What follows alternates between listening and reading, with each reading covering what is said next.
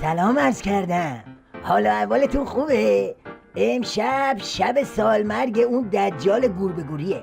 لابد الان از تو جهنم نشسته داره واسه تیکه تیکه شدن نظامش آه و ناله میکنه. مردم ایران بیدار باشید، مسلمین بیدار باشید. اگر خدای نخواسته خللی واقع بشد در این صف فشرده مسلمین، در این صف فشرده ملت ایران خطر در پیش است. تفرقه افغانها را از بین خودتون بیرون کنید. بله، کار پسندیده های این هیولا به زهرخوری کشیده و الانم زهر فرهنگی در حال سرازیر شدن تو گلوی فشرده عظماست. ببینید تیویریش سیدعلی واسه در اومدن 4 تا مجله چه بالبالی میزنه. سوال‌های بی جواب خبرنگاران از دلایل بازگشت برخی مجلات حاشیه‌دار به گیشه مطبوعات. چیه سوالتون اول بگید ما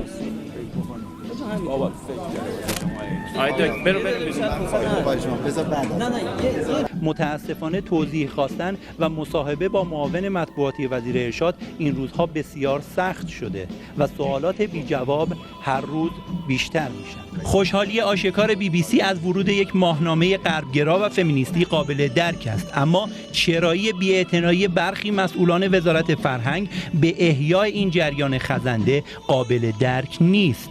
به موازات این بکش داستان بهشت شلاقکش و جهنم زوری هم ادامه داره. ورقپاره پاسدارا کار رو به اونجا رسونده که به شیخ فری میگه پهلوون پنبه.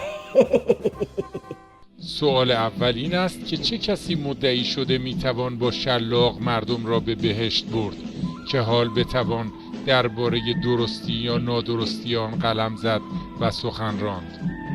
مغالطه پهلوان پنبه یا مرد پوشالی این گونه است که فرد در مواجهه با گزاره‌ای که نمیخواهد آن را بپذیرد و استدلالی هم در رد آن ندارد، مدعایی ساخته و پرداخته ذهن خود را به جای مدعای اصلی جا زده و رد می‌کند. کیهان شربت مداریم حسابی جوش برده و شیخ فری رو گذاشته زیر گیره. اونم چه گیره‌ای. اظهارات اخیر روحانی با استقبال مشابه در روزنامه‌های زنجیره‌ای نظیر شرق، اعتماد، آرمان، آفتاب یزد و غیره مواجه شد.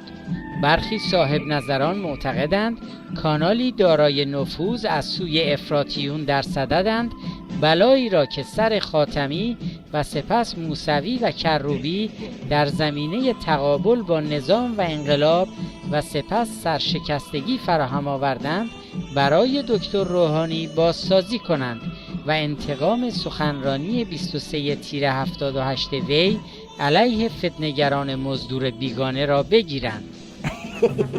بله، داره میگه شیخ فری حواستو جمع کن.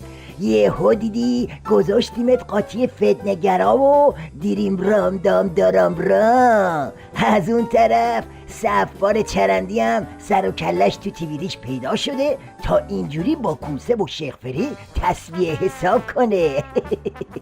چه حسابی که وقتی به حوزه فرهنگ میرسه یه عده پیشنهادشون اینه که مردم رو رها بکنیم، خودشون شعور دارن میفهمن. بذاریم مردم راحت باشن، بذاریم مردم در سلامت روحی باشن. اینقدر در زندگی مردم هر روز مداخله نکنیم. من تعجب میکنم کسانی که میگن دولت هیچ مسئولیتی در قبال ارشاد جامعه نداره. لفظی این روزها یه ذره به کار رفت که به زور مردم رو نمیشه به بهشت برد. خب بله، ما میگیم به زور چرا، ولی به زور چرا به جهنم ببریمشون؟ تازه اینا که چیزی نیست. زهرخوری فرهنگی تو سال فرهنگ آخوندی به اینجا هم رسیده. ملاحظه کنید. اخیراً یک کسی یه مسئولیتی در دانشگاه آزاد بهش دادن.